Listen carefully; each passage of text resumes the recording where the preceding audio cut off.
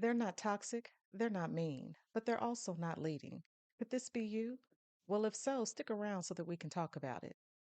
Welcome to Crossroads and Catalyst, the podcast with Shanita B. I am your host. This is where we discuss the thoughtful, wise, and strategic perspective at a crossroads can be the catalyst for change. Before we get started, I have a favor to ask. I would like for you to leave a 5-star review if you have gained any value out of these podcasts. What this does is it helps the algorithm to make recommendations for the podcast, and it also makes it easier for people who are looking for career and leadership development podcasts to find me. And on the second thing, don't be shy about sharing your stories with me. I would love to hear about them. Send an email to me at theshanita.brown@gmail.com, and you may just hear a future podcast showcasing your particular topic. So, today's episode, we are focusing on the importance of empathy in leadership. As you know, some leaders are completely disconnected, and this may actually describe you, and it may be a situation where you're just uncomfortable. Who knows? Maybe you've just never thought that it was really that important to make the connection. And what I'm talking about when I say make a connection with people, you're actually present with them. You're listening to them. You're lending an ear. You're assisting them and providing the support that they need. And you're offering constructive feedback to help them on their career trajectory.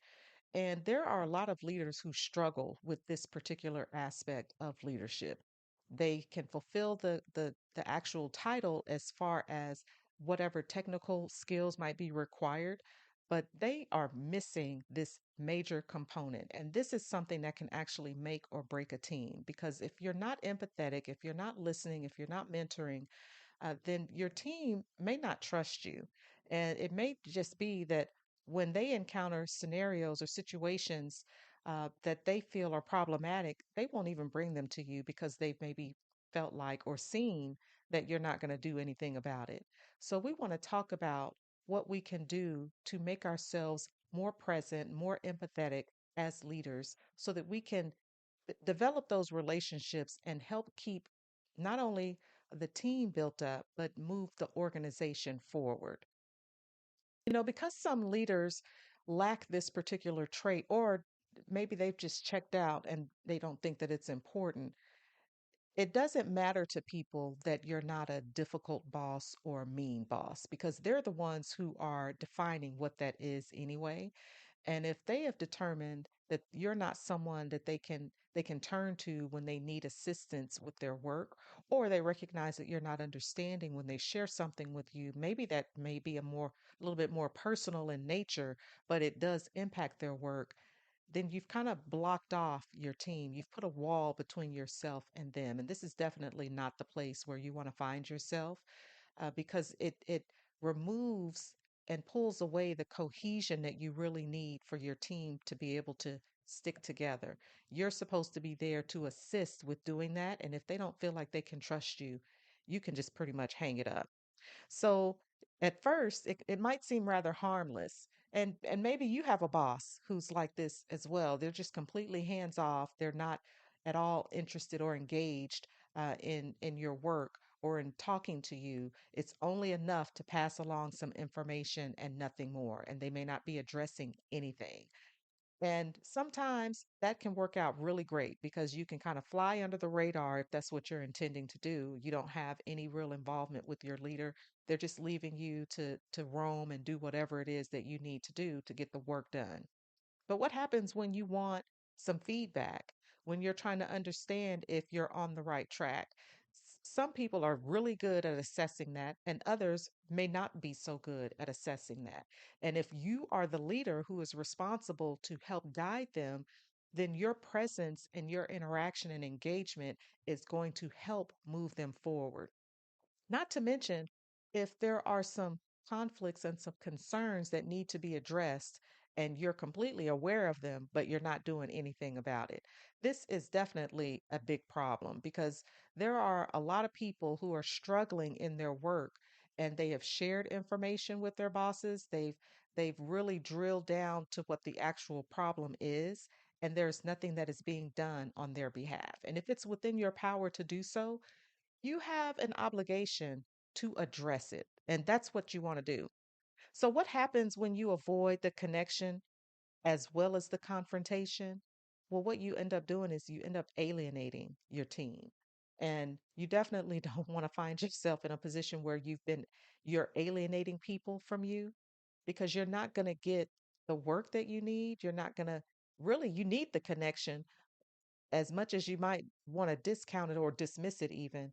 That is a necessary component to ensuring that your people are excelling. You want people to excel when they come to work. You want them to get out of bed and you want them to come to work and be ready to go, despite some of the issues that they might be facing even in their personal lives. You don't want them to show up at work and feel like they're constantly facing a wall or some type of barrier to get their work done because you have chosen to disengage from them.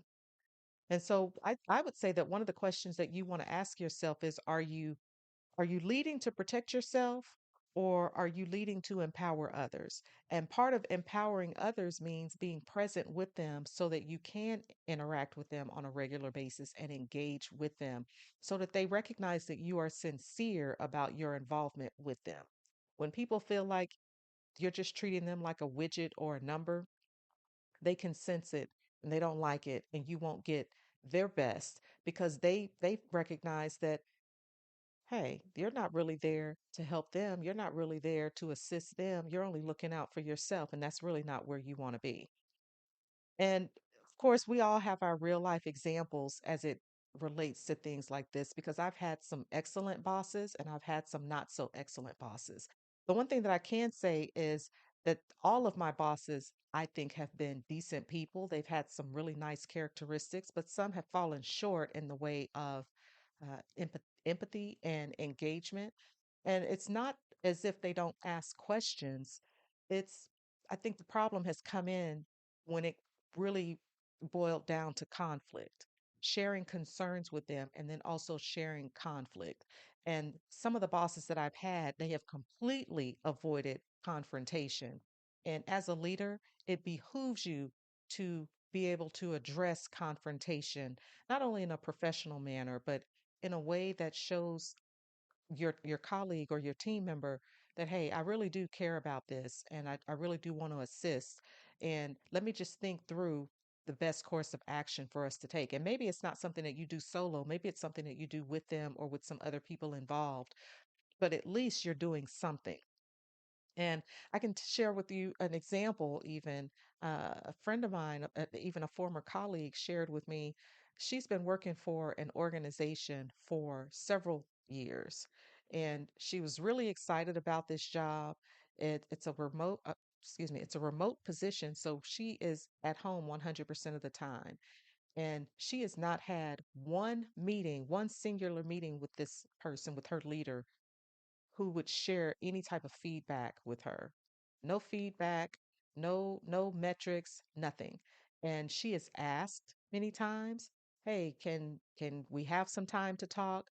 And it's just been conflict after conflict because this leader refuses to engage. I mean, absolutely refuses. So much so to the point to where, because they're both in separate states, this leader actually came to the state where my friend lives, and this was like a 6-hour drive for this leader. She came to the state, and my friend said, "Hey, well, since you're here, can we get together and go to lunch and just talk?" The leader said, "No, I got to get back." And she didn't meet with her. She left. Very strange, very bizarre, but this is an example. And this might be rather extreme as an example, but it's one that's real nonetheless because I know the character of my colleague. It might, of course, you're always wondering, okay, well, what are some of the additional circumstances and the context around a situation like this?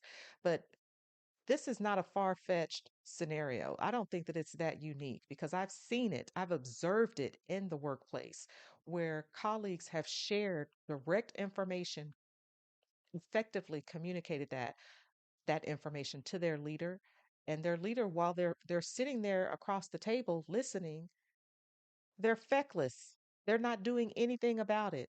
So rather than these being constructive times of sharing information and saying, hey, this is a concern or this is a problem or I need this from you, Their leader is just kind of sitting there with their arms folded, not necessarily as if they don't completely care, but not they don't care enough to do something about it. So the fact that you don't care enough to do something about it sends the message that you don't care. People don't want to simply hear you say, "Oh, well, I understand." They want to see some action, and they want to see that you are actually supporting them in their endeavors. So whether that is providing some feedback or trying to help clear up a problem, what you want to show them is that you are sincere and genuine in your efforts to assist them and support them. That's really what it comes down to. So if you're this type of leader, I'm inviting you to recognize that you may be in the self-preservation mode and not in a mode where you're trying to empower your team. And that's how important it is because people will make their own assessments about you, whether they're right or whether they're wrong. It does matter because it's going to either put a barrier between you and them or it's going to knock down walls and you can walk in partnership with your team as you're leading them.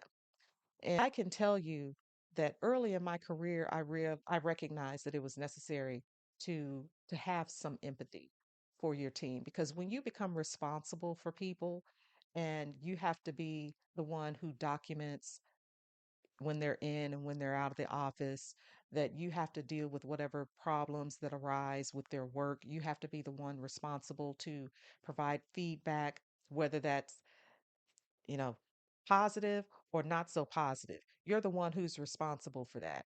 I can tell you, I've not always been the most compassionate person, and I've recognized that about myself, but I have made it my plight to ensure that when I engage with people who are under my leadership, that I am doing so that they recognize that I actually care about them because I do care. It's just that it hasn't always been easy for me to demonstrate that so I've made major strides in the way that I interact with my teams over the years because I want them to recognize, hey, I do care about you and I care about your circumstances and I certainly care about your growth. And if you want to grow and develop, I want to assist you in doing that. And because again, it is not my top trait naturally and inherently, I make an effort to do that every day when I show up to work. And it definitely makes it easier when you work at an organization that has values that align with your own personal values, because that's another way for you to be held accountable to do what is good in that context. And I think that that's extremely helpful. So you're probably wondering, well, what can I do to be a more empathetic and engaged leader? Okay, well, I'm glad that you asked that question because I have several tips for you that I think will assist you. And the first thing that you should do is just get to know your team. And it can start with as simple a question as, what do you like? How do you prefer that I communicate with you? Do you prefer to meet in person? Do you prefer a phone call? Do you prefer an email? There are all kinds of ways that we can engage people and you want to do it and make it a two-way street because communication of course is a two-way street. You have a certain communication style, they have a certain communication style. I think that the onus is on you as the leader to help find that medium that makes sense because of course there are requirements for the job, but you also want to let that person know you are part of the team. I care about you and what works for you. So let's see where we can come together to push this forward. It's as simple as that. Okay, so then number two, ask them, well, how can I support you in your work? And it might be going back and looking at something recently that might have taken place where maybe you weren't as involved or as active as you might have needed to be and addressing that and handling that. There are all kinds of things that might come forth when you ask a question on how I can support you. And make sure that you don't put an expectation that they have to answer you right then and there. Maybe they need to think about how it is that you can assist them and support them in their work. And if they don't know right away, you could also offer some examples. Are there things that you wanted some feedback on? Do you have some personal development that you would like to be involved in?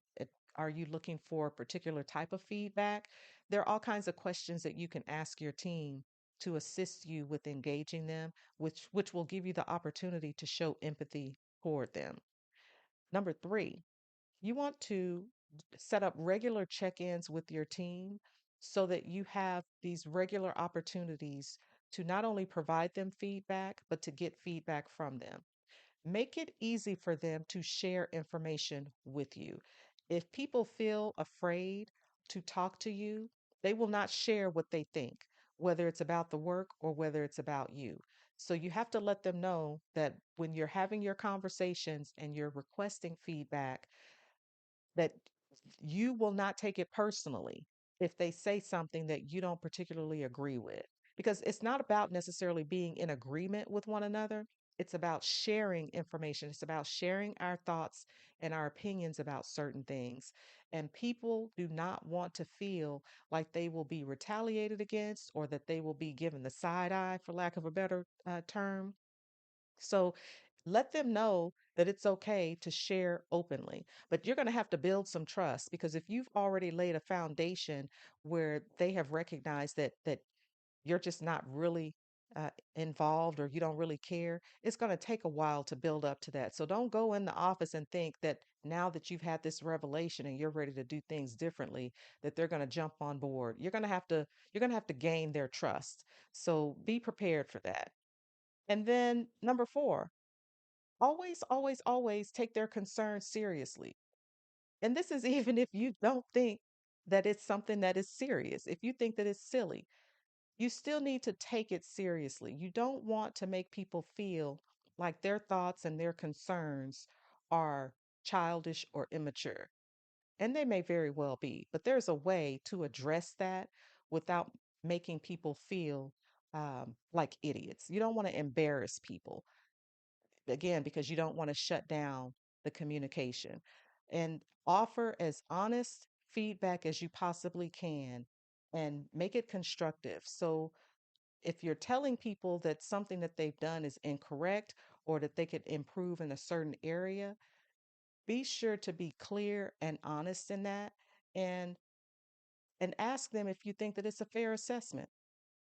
I typically would do that when I was offering feedback to team members, especially for those who were struggling with their work, whether they misunderstood or they were just having some difficulty understanding concepts and theories, whatever it was. I would tell them, okay, that this is what I'm seeing. We've talked about this several times. And it seems to me that you're having some issues with this. And I think that this might be why. Do you think that that's reasonable? Does that seem like a fair assessment? And they would tell me yes or no. Generally, it was yes, because I'm pretty fair in my assessments. And it might take some practice for you to do that. Maybe you're new in your leadership journey. Maybe you're not so new, but you've never really been held to account to do things in this manner. Well, today is the perfect day to start something new in this regard because I think that you will find that this will be helpful to you in the long term. You will build stronger relationships. You will have a better retention rate on your team, which is definitely what you want, and you will find that people will be more open and honest with you and they will share information, they will share ideas with you because they feel more comfortable around you. And this is a part of becoming an empathetic leader.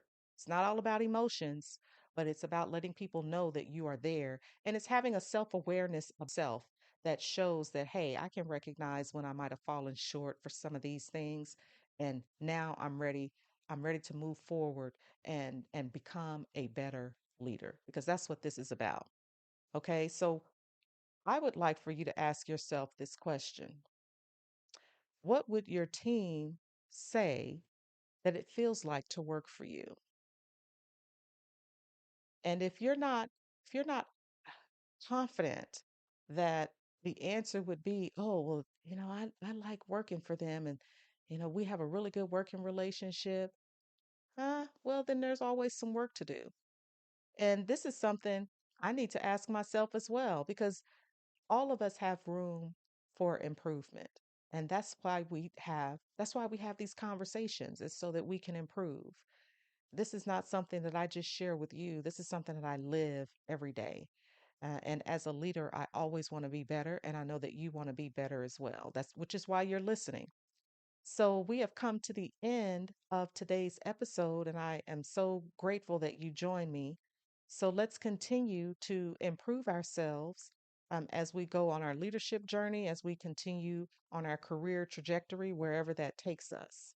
And don't forget to like and subscribe and follow on whichever platform you're using to listen to the podcast.